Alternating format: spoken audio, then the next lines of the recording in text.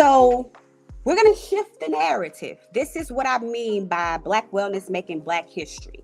This is where we enter the narrative where, yes, there's a piece of the story where there was survival, there was strength, there was resiliency, there was all these things that we overcame, but then there was a pivot and we were able to be intentionally well. So I want to define Black wellness tonight.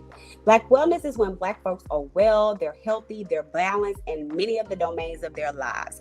Sounds very different than images you may see, right?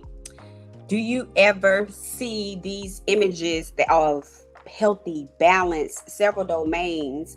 Or do we kind of see what we described earlier, being zen, or you don't see representation, you don't see yourself relating to it, people are getting massages, not knocking any of those things, but we don't always see ourselves in those stories and those narratives. And so I want to introduce what I use for my clients, what I use for the people that I serve, what I help them sit down and define for themselves, which is Black wellness. So it's when we're healthy in all these different domains.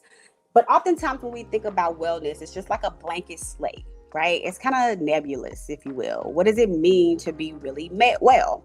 Well, what we know to be true about Black folks across the diaspora is that we're incredibly communal and we attend to each different parts of ourselves. So it's not just a cognitive self. There's a mental self. There's a spiritual self. There's a relational self. There's a sexual self. There's a professional self. There's an emotional self, but there's all these different components, and there's a significant miss in mainstream media when we begin to think about wellness, because we don't attend to all these different components, because all these components contribute to our wellness.